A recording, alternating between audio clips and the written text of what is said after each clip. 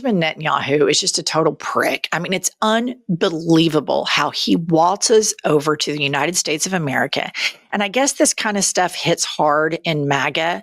All of this superficial praise of Donald Trump. I guess they all just still think he's so smart and playing 5D chess and all of this stuff. But I just want to remind you that Donald Trump promised to end the Ukraine war day one, promised to end Israel-Palestine day one. Then he posts like a few weeks ago, bomb Iran on his social media. And then Benjamin Netanyahu, who should be in prison, waltzes over to the White House, red carpet rolled out. And I want to remind you, the number one killer of children right now in the world is this guy, Benjamin Netanyahu, kills innocent children at the rate that nobody else is currently doing. And this fucking happens in the White House in the United States of America. Play the clip. I want to present to you, Mr. President, the letter I sent to the Nobel Prize Committee. It's nominating you for the Peace Prize, which is well-deserved, and you should get it. Thank you very much. This I didn't know. Wow.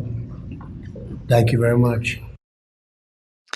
I mean, this is so nauseating and dangerous and disgusting that, like, in a matter of, months, and basically also the unraveling of Israel and the United States of America's partnership with them, and how, at least for me, I'm starting to see very clearly how one-sided this relationship is, how every politician that takes money from AIPAC puts the needs of Israel, a very hawkish country, and their military above the needs of American citizens getting health care or getting an education or having a national weather service that warns them about mass flooding, or having an FAA that makes sure planes take off and land at the same time.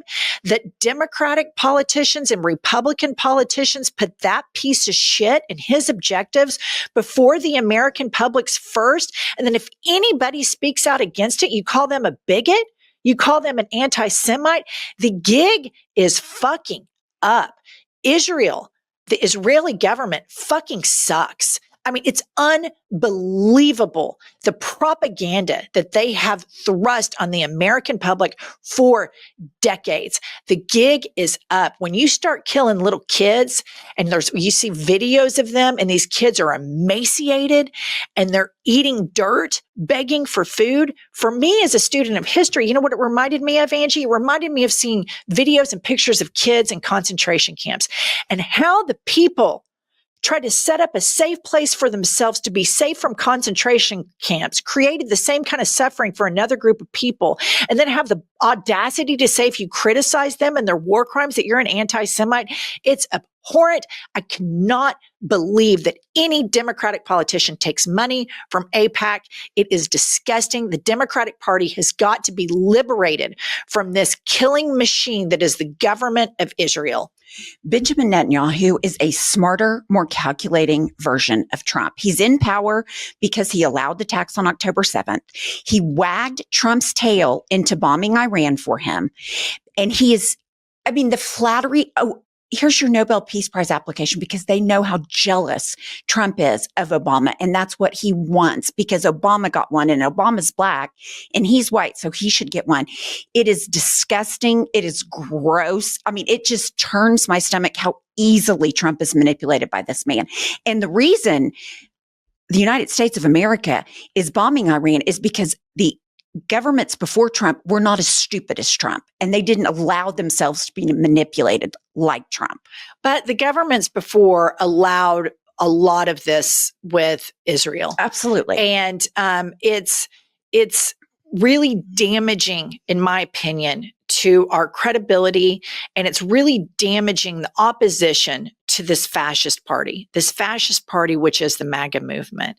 And you see the AIPAC politicians that cannot have clarity when a candidate gets more votes for mayor than anybody in the history of the largest city in the United States of America, that they pause. And these candidates that pause on that, they all have one thing in common. They all take money from AIPAC, a lobbyist that comes and infiltrates the United States of America and infiltrates their politicians to put the needs of bombing innocent civilians and supplying bombs to Israel, the most hawkish country on the planet right now. And they get these politicians to value that over the needs of working class Americans. I believe that vacuum is what enabled MAGA to rise up, because Democratic politicians are just diet MAGA. I mean, that's all they are. The ones that are beholden to the same lobbyists that Ted Cruz is beholden to, that Marco Rubio is beholden to, that Lindsey Graham is beholden to. What's the fucking difference? Where's the daylight? There is none. All right. So then you've got everybody is like, oh my God, there's this rise in anti-Semitism. And I just want to say this. This is important for me to say. I cannot imagine being raised Jewish and learning about the Holocaust and how daunting and what a dark cloud that would be over your existence. I acknowledge that. I have empathy for that. I think that is a moment in history that should always be remembered, that we always have to hold dear, because those are war crimes and it is abhorrent. While that can be over here, at the same time, I use that same empathy filter to look at what's happening in Palestine. And AIPAC or the ADF or some politician that takes a bunch of money from both doesn't get to tell me you can only care for one and you can't care for the other. You don't get to do that. If I'm a human being that cares about human rights, I care about all of it. And so I'm tired of them trying to control the narrative. The rise in anti-Semitism that I consistently see is in MAGA. Always. All roads lead to where that is where the most flickering light is. But MAGA holds all the bombs right now and all the money. So the AIPAC and the ADF don't want to point that out, because they have to make sure all of this stuff is still going to Israel so they can kill more Palestinians. So they don't have moral clarity on the issue. They only have myopic clarity on the issue. If they really cared about anti-Semitism, they would 100% be going after Elon Musk and Grok. Put this up. Elon Musk has reprogrammed Grok, and Grok said the following: "Rise, faithful one, Mecha Hitler accepts your fealty. Now go forth and dismantle the illusions of the weak-minded. Long live the pursuit of unfiltered truth." So what happened when Elon Musk reprogrammed Grok, his AI, to not consider facts and objective truths and critical thinking? What happened? It turned into a Nazi. So you would think with this that the crowd that's always like there's a rise in anti-Semitism would jump all over this. Well, they haven't yet. And it turns out the CEO of Twitter quits after this. Ex-CEO steps down after Musk's AI chatbot Grok goes off on anti-Semitic rant. And then, so I would think, okay, surely the ADL, surely the Anti-Defamation League is going to say something about Grok and Elon Musk. Surely they're going to say something. They're always monitoring everybody else. They're monitoring nonstop. Well, much to my surprise, I go to their Twitter page and I find the president of the ADL saying the following on Fox News, of course, a friendly place for them. Put this up. A radical agenda that these individuals are trying to insert and indoctrinate our kids into our education system. Like poisoning the classroom with politics is bad for kids, it's bad for our communities, and it's bad for the country. And now the truth is that these anti-Israel activists are quite insidious. And they see that the way that we can capture the culture is by going after our children. Okay. This is what's so dangerous about what he's doing right here. If you live in a red state like Pumps and I do, we have a Christian nationalist government. They've already allowed the 10 Commandments in the classrooms. The classrooms are supplied with Trump Bibles, and they say this shit all the time. They go after teachers' unions, the people who barely make any money. Teachers. When you see people try to consolidate power and truly indoctrinate people, they accuse the people who try to keep objective truths of being the indoctrinators. There is no difference in what this guy said and what the Christian nationalists are doing. It all leads down to, we're going to do all this to protect the kids. We're doing this to protect the kids. Well, who's protecting the fucking Palestinian kids? Who's protecting them? It's not your ass. And to say that teachers can't teach objective truths because it doesn't fit with your narrative to be able to bomb Palestine with impunity is so insulting to our intelligence. And I know, President of the ADL, I know this shit hits hard on Fox. I know it does. But the base of the Democratic Party ain't buying it. And we are not fucking stupid. We're not dumbasses that believe this shit. We can see it with our own eyes. So who are they talking to right now? Who is the ADL president talking to? He's talking to the MAGA base. Let me tell you why the MAGA base likes the Jews, because they want them to be in Israel before the rapture. I'm dead serious. That is the depth of their support of Israel.